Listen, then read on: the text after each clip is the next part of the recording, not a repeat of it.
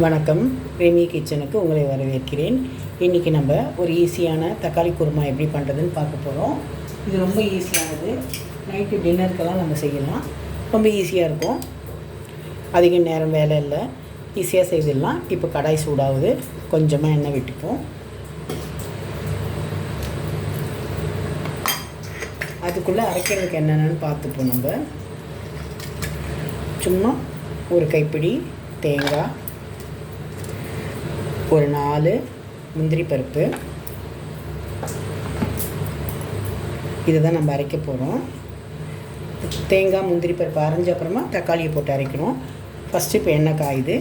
எண்ணெய் காய்ஞ்சோடனே பட்டை, கிராம்பு எல்லாம் போட்டுப்போம்.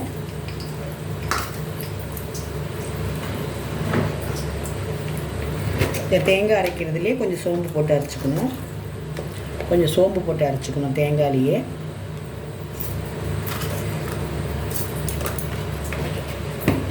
முந்திரி பருப்பு போடுறதா இருந்தால் போடலாம். சில பேர் முந்திரி பருப்பு இல்லைன்னா பொட்டுக்கடலை கூட போட்டு அரைச்சிக்கலாம்.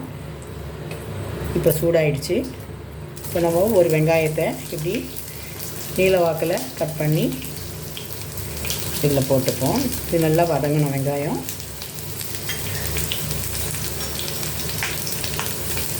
வெங்காயம் வதங்கட்டும். வெங்காயம் கொஞ்சம் வதங்கின அப்புறம்தான் இஞ்சி பூண்டு பேஸ்ட்டும் பச்சை மிளகாவும் போடணும். வெங்காயம் வதங்கிறதுக்கான உப்பை போட்டுப்போம்.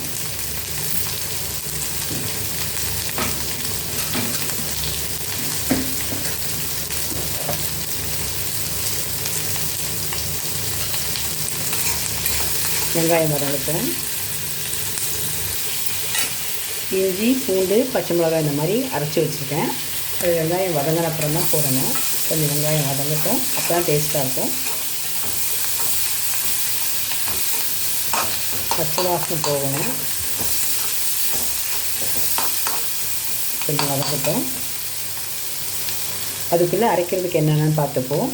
தேங்காய், முந்திரி பருப்பு, சோம்பு, இதை ஃபஸ்ட்டு நம்ம அரைச்சிடணும்.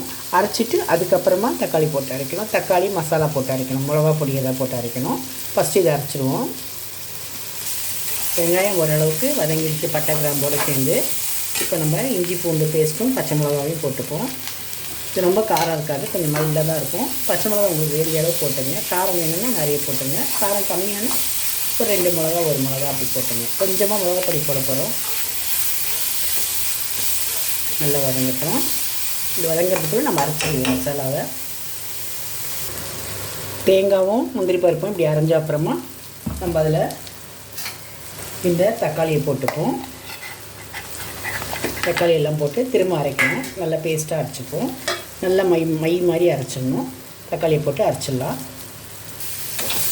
இப்போ மசாலாலாம் வெங்காயத்தோடு நல்லா பட்டை கிராம்பெல்லாம் வதங்கிடுச்சு. இப்போ நம்ம இந்த அரைச்ச விழுதை இதில் கொட்டிடுவோம்.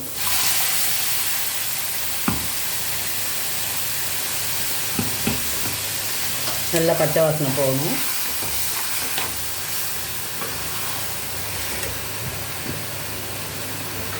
கொஞ்சம் வதங்கின அப்புறமா தண்ணி வேண்டிய அளவு தண்ணி விட்டுப்போம். மிளகா பொடி போட்டுப்போம். காரம் எவ்வளோ வேணுமோ அவ்வளோ போட்டுக்கலாம். கொஞ்சம் வதங்கிட்டோம். ஹை ஃப்ளேம்லேயே வச்சுக்கோங்க. கொஞ்சம் மஞ்சள் பொடி, கொஞ்சம் மிளகா பொடி போட்டுப்போம். உப்பு நம்ம முன்னாடி போட்டோம்.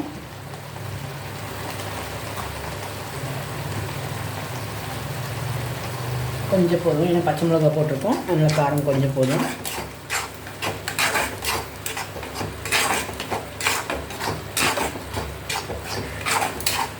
நல்லா வதங்கிட்டோம். லாஸ்ட்டாக பார்ப்போம். நம்ம காரம் கம்மியாக இருந்தால் அப்புறம் கொஞ்சம், உப்பு கம்மியாக இருந்தால் அப்புறம் கொஞ்சம் போட்டுக்கணும். காரம் கரெக்டாக இருக்கும். நம்ம அரைச்ச தண்ணியை ஊற்றிடுவோம்.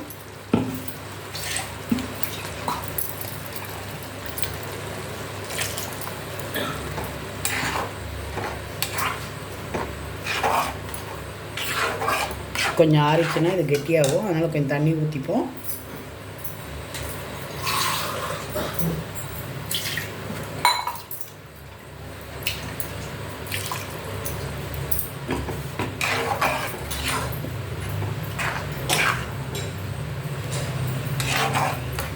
கொஞ்சம் கொதிக்கட்டும்.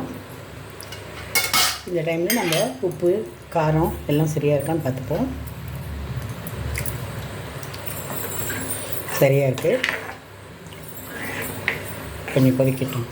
கொதிச்சப்புறம் பார்க்கலாம். இப்போ தக்காளி குருமா நல்லா கொதிச்சிடுச்சு.